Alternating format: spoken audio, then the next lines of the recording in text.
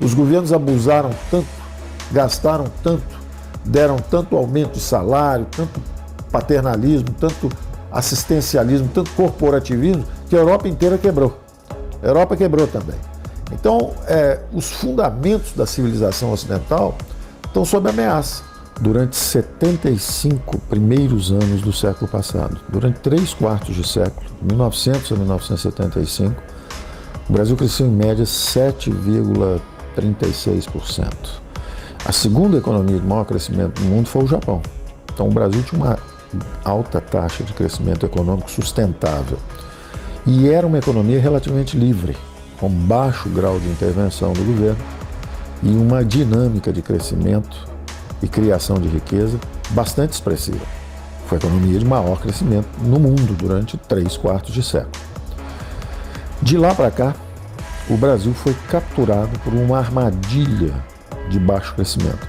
E essa armadilha tem a ver com o que eu chamo de armadilha social-democrata do baixo crescimento. E, curiosamente, o início disso foi o regime militar.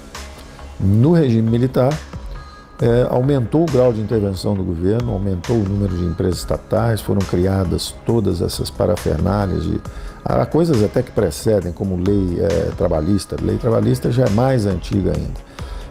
Mas durante o regime militar aumentou o grau de intervenção do governo, os braços armados da economia intervencionista do governo eram exatamente as grandes empresas estatais, e havia controle de preços, cartéis no sistema bancário, autoprotecionismo na economia, muito subsídio, e o Brasil foi perdendo o rumo e foi sendo capturado por essa armadilha de baixo crescimento.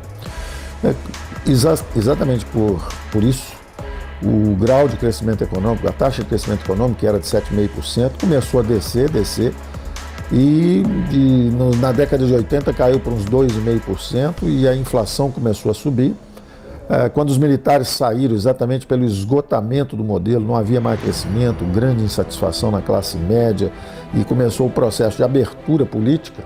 Quando essa abertura política aconteceu, o grau de crescimento da economia brasileira já estava começando a descer.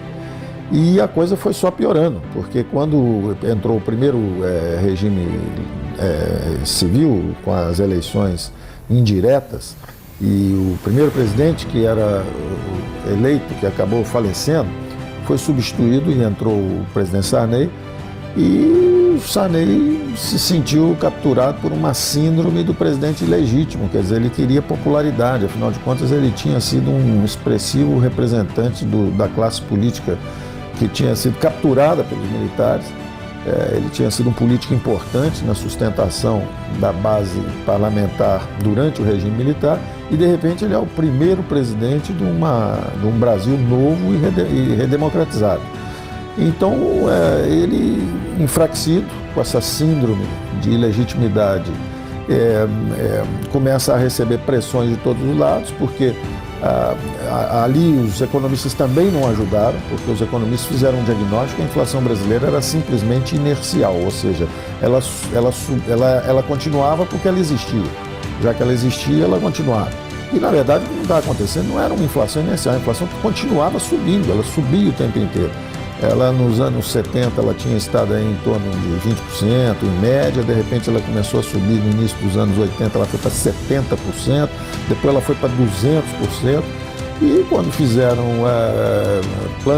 uma sequência de planos muito mal sucedidos, porque não tinham as componentes básicas do processo de estabilização, o processo de estabilização bem sucedido, ele tem um regime fiscal sólido, sensato. E nós não tínhamos feito isso. Então nós fizemos o plano cruzado, a política monetária era fraca, a política cambial era fraca, só tinha congelamento de preço, exatamente como a inflação era considerada inercial, o diagnóstico era inercial, bastava quebrar a inércia. Quebraram a inércia e voltou tudo outra vez, porque a política monetária era frouxa, a política fiscal era frouxa, o câmbio era congelado, então ali na frente explodiu toda outra vez. Então foi um plano muito frágil do ponto de vista de fundamentos. E depois vieram os outros planos, plano Bresser, plano feijão com arroz, eventualmente o plano cruzado, bloqueando ativos, né, o plano real, o plano Collor, bloqueando ativos na economia toda. Quer dizer, uma sequência de planos mal concebidos e sempre com os gastos públicos, como percentagem do PIB, subindo o tempo inteiro. Então, no final do regime militar estava em torno de 20%, depois entrou a nova república, após a redemocratização começou a subir para 22%, 23%, nunca mais parou. Hoje nós estamos já a 36%, 37%, 38% do PIB. O governo gasta quase 40% do PIB. E isso é por isso que eu chamo de armadilha social-democrata. Porque primeiro os militares estatizaram a economia toda e quando os civis entraram, aumentaram os gastos públicos. Naturalmente, havia uma demanda grande por gastos sociais. Os militares privilegiaram o capital físico, Petrobras, Eletrobras, Siderbras, Portobras, Nuclebras. Então eram investimentos em capital físico e descuidaram da parte do capital humano, que é saúde e educação, principalmente educação. Isso foi descuidado durante o regime militar. Quando entrou o regime civil e houve a redemocratização, nós estendemos o cobertor para os gastos públicos, mas não fizemos a descentralização de gastos que uma democracia emergente exigiria. Esses recursos tinham que ir para estados e municípios, e em vez da esfera federal.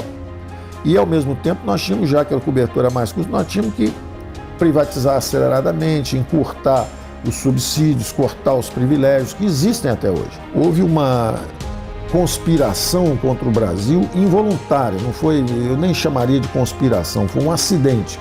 De um lado, políticos inebriados, porque estavam chegando ao poder durante a redemocratização e sem a capacidade de equacionar os problemas brasileiros. Quer dizer, eles estavam, justamente a classe política ficou desequipada, despreparada, porque tantos anos de ditadura, eles eram uma classe política subserviente, sem um diagnóstico interessante de como devolver a economia brasileira à trajetória de crescimento anterior que ela tinha. E, por outro lado, também os economistas inebriados, jovens, ainda despreparados do ponto de vista do mundo real e que ofereceram soluções completamente mirabolantes, quer dizer, plano cruzado, depois plano Collor, um plano congela todos os preços na economia, o outro plano bloqueia todos os ativos da economia e nunca atacando o que era fundamental, base de qualquer programa bem sucedido, rápido, intenso e mais indolor de estabilização, que é o regime fiscal. Quando você faz uma reforma forte no regime fiscal e joga uma política, um Banco Central independente, uma política monetária forte, são 1 ano ou 2 anos, rápido, a dor é pequena, é concentrada no tempo e pronto. Nós estamos há 15, 17, 20 anos combatendo a inflação e ela ainda está nos nossos calcanhares, exatamente por falta dessa âncora fiscal, que é a mudança do regime.